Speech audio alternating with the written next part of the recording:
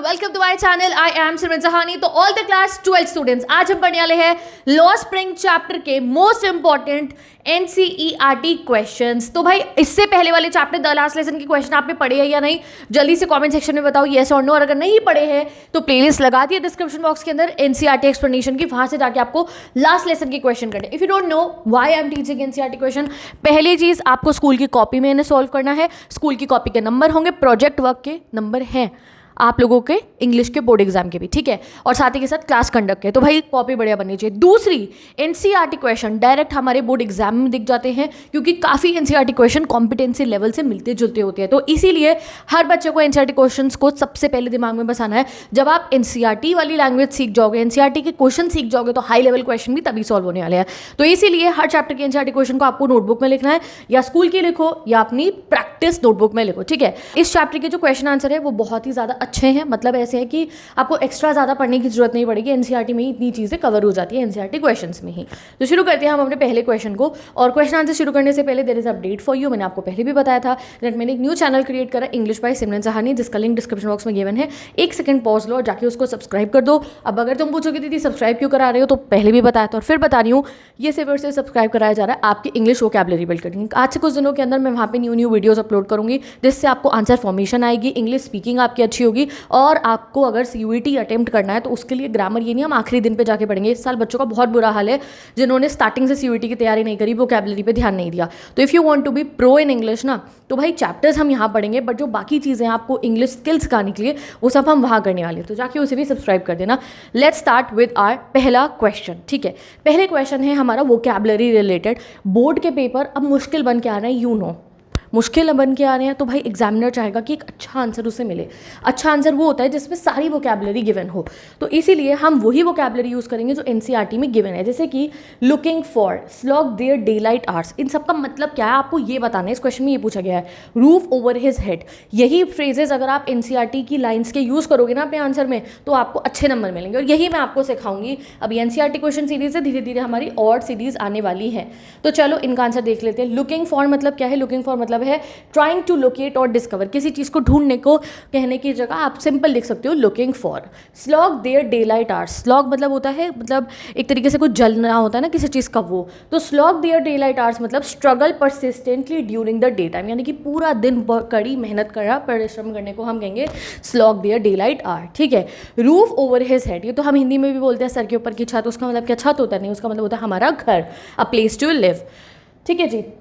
Next, perpetual state of poverty. अब मैं इसको प्रोनाउंस जान के ऐसे करूँ जिससे आपको इसकी स्पेलिंग लर्न हो जाए। प्रोनाउंसिएशन वाला जो चीज़ें वो मैं इंग्लिश वाले चैनल पे सिखाऊंगी, ऐसे ही पढ़ो जिससे आपको स्पेलिंग लर्न हो जाए। तो इसका मतलब क्या है? एंडलेस इम्प्रोविशमेंट, यानी कि बहुत गरीबी, ठीक है।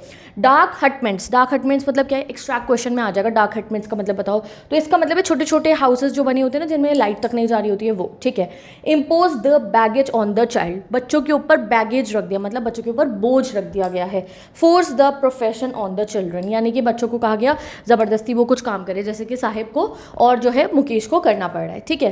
तो ये कुछ हमारे वर्ड्स हैं, मीनिंग्स हैं, जो हमें स्टार्टिंग ऑफ द बुक में गिवन होते हैं, कि इनका मीनिंग हमें ढूंढना है। अब आते हैं हम अपने मोस्ट इंपॉर्टेंट एनसीईआरटी क्वेश्चंस के ऊपर। जल्दी कॉपी लेकर आओ और इन सबको उसमें लिख लो, ठीक है जी। एंड अगर आपने मेरे चैनल सिमरन सहानी से मेन चैनल को सब्सक्राइब नहीं करा तो इसे भी सब्सक्राइब करो, क्योंकि मैं इंग्लिश नहीं, आप लोगों को ऐसा नहीं है कि आखिरी के दिन पे आके कहूँगी भाई इंग्लिश पढ़ लो, 2 दिन में पढ़ के नंबर आ जाएंगे, नहीं। डेली बेसिस पे हम इंग्लिश की प्रैक्टिस करेंगे और इंपॉर्टेंट क्वेश्चंस लगाएंगे, एंड जुलाई अगस्त तक पूरा सिलेबस कंप्लीट कर चुके होंगे। So let's begin with our पहला क्वेश्चन। पहला क्वेश्चन है, what is Saheb looking for in the garbage dumps, where is he and where he came from. बहुत सारे क्वेश्चंस एक में आंसर करने हैं। तो साहिब, ये आंसर है, Saheb is a rag picker, यानी कि कूड़ा बीनने वाला बच्चा। And he looks for valuable items for day to day life in the garbage dump. तो वो कुछ काम की चीज़ें ढूंढता है गार्बेज डम्प में, जिसे बेच के वो पैसा कमा ले। विच कैन बी सोल्ड और यूज्ड बाय देम, ठीक है। Sometimes he finds a silver coin, silver coin हटा देना मतलब ये सिंपल कॉइन मिल जाते हैं, उसे 2-3 रुपये के सिक्के मिल सकते हैं, 2 रुपये के, 5 रुपये के, आई मीन 3 का कहाँ होता है। Even a 10 rupee note in the garbage, ठीक है। तो उसे 10 रुपये का नोट भी मिल जाता है कभी कभी गार्बेज में, इसलिए वो उसको ढूंढता रहता है। As there is always hope of finding more, और उसे हमेशा लगता है कुछ अच्छा मिलेगा, कुछ अच्छा मिलेगा। ही सर्चेज थ्रू द गार्बेज, वो रोज़ गार्बेज को सर्च करता है। अभी वो कहाँ रहता है पूछा गया ना, he is in Seemapuri, a place located in the outskirts of Delhi. अभी तो वो सीमापुरी में रहता है। But Sahib has come from Dhaka Bangladesh, but originally वो कहाँ से आया है, ढाका बांग्लादेश से, ठीक है। पॉज करके आप इसको नोट डाउन कर सकते हो कॉपी में, ठीक है। अगले क्वेश्चन पे हम आते हैं। What explanation does the author offers for the children not wearing the footwear? ऐसे ही क्वेश्चन आपके बोर्ड के पेपर में आ जाते हैं, इस चैप्टर के, डीप वाटर के, काफ़ी हो गए तो एनसीईआरटी क्वेश्चन ही आ जाते हैं पेपर में, बस इसकी थोड़ी सी लैंग्वेज को मुश्किल करा, आंसर यही जाएगा उसके अंदर, तो इसलिए इन्हीं को पढ़ लो ना।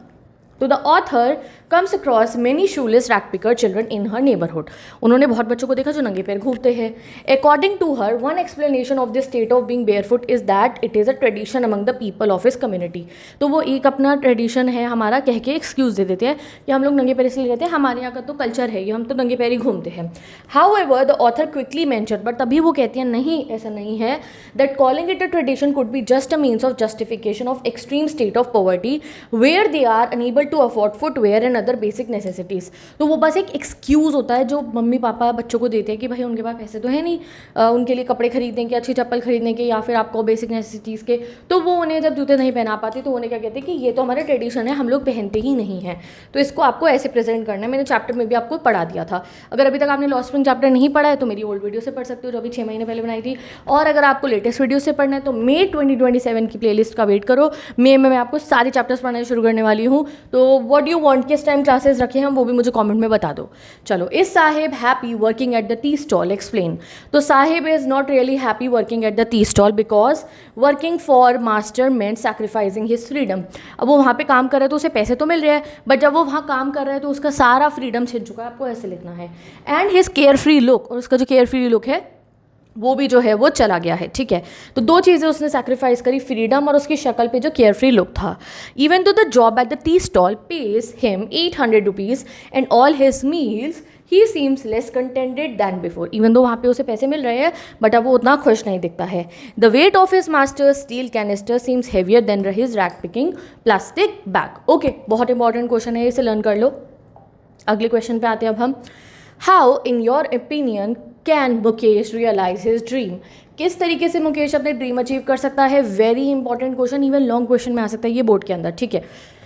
तो Mukesh was different from others of his community. Mukesh भाई अलग तो था अपनी कम्युनिटी के बाकी लोगों से। By daring to dream he has already taken the first step. ये सोच के कि भाई मुझे कुछ और करना है, मुझे वो क्या करता था, बैंगल मेकिंग नहीं करनी है, उसने पहला स्टेप ले लिया है towards a big change.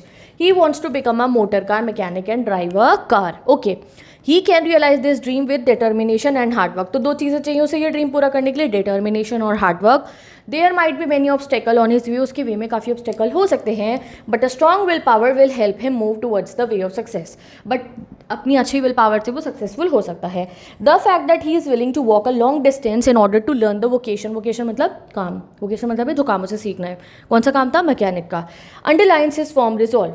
The only thing left for him to do is to make that first journey to that garage and request the owner to take him and guide and direct him on his journey as a mechanic. तो पहला step वही है उसका कि वो झाके वहाँ पे मैकेनिक को बोले कि मुझे आप काम करना सिखा दो। ओके, चलो अगले क्वेश्चन पे आते हैं अब हम। What makes the city of Firozabad so famous? क्यों फेमस है? बहुत छोटा सा क्वेश्चन है ये। Firozabad is famous for is glass bangle. The place is the centre of India's glass blowing industry.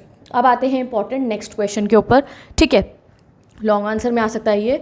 What could be some of the reason for the migration of people from villages to cities? क्यों आते हैं लोग, और इसमें कुछ दो चार बातें ऐड कर दी जाएंगी। रोड साइड स्टैंड एक पोएम आप आगे पढ़ोगे, उसके साथ में पैरेलल करके इस क्वेश्चन को दे सकते हैं। तो there are many factor that cause migration of people from villages to cities.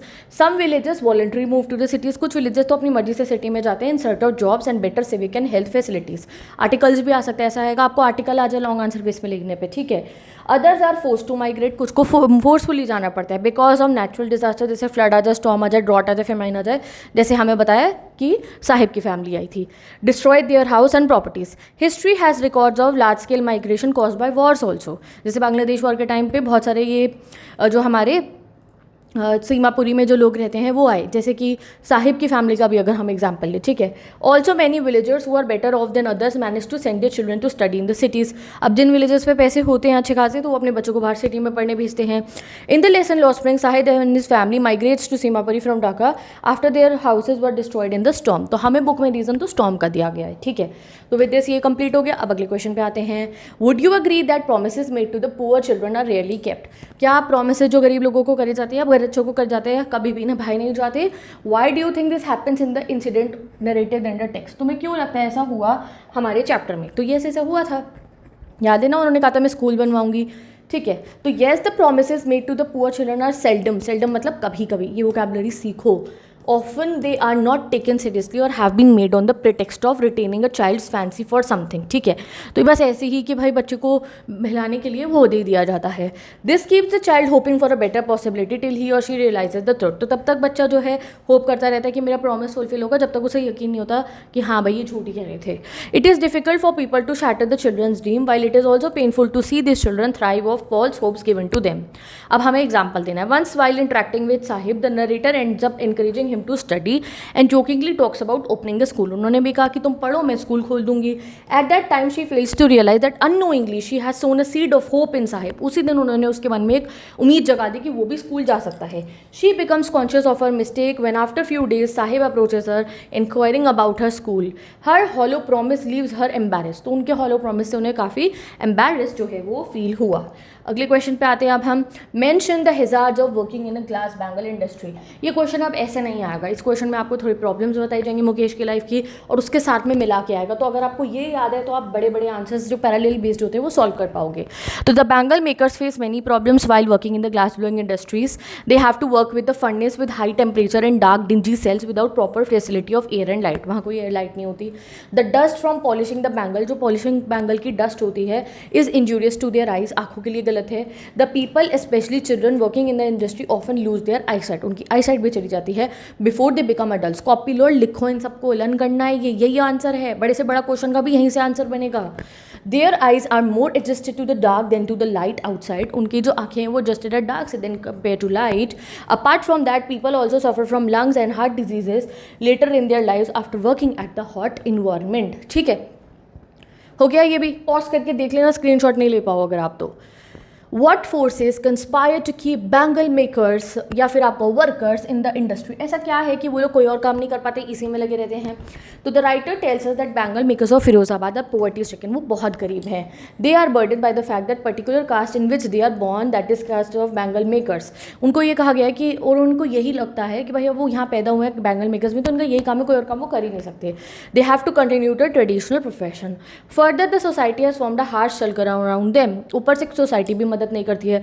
In fact the sahukars, middleman, policeman, law keepers, officer and politician all together form a barrier out them and tie them in the grip of poverty, they can not escape from it. और वो ही उनको जो है उसमें बांध के रखे हुए हैं। ठीक है, हो गया ये वाला आंसर भी। अगले आंसर पे आते हैं अब हम।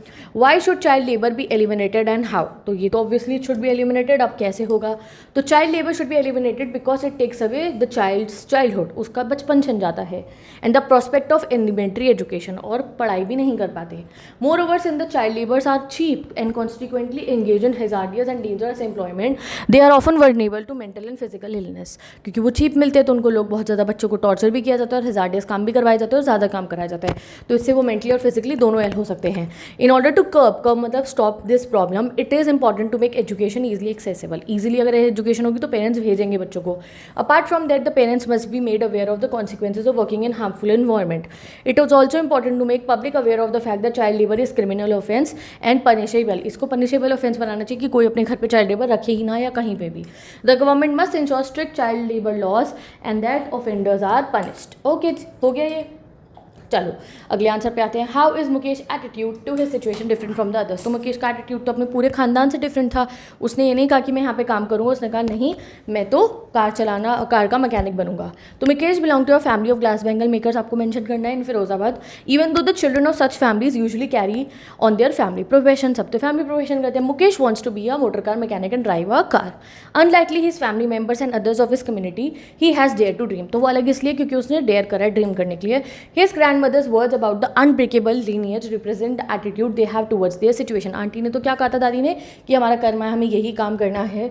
They believe that it is their destiny to toil as bangle makers, but Mukesh dream of a better and safer career। Okay, the resolute boy, resolute मतलब बहुत determined boy, is willing to walk a long distance from his home to learn to be a mechanic, exemplifying the saying where there is a will there is a way। Okay, अब guys हमारे short question सारे complete हो चुके हैं।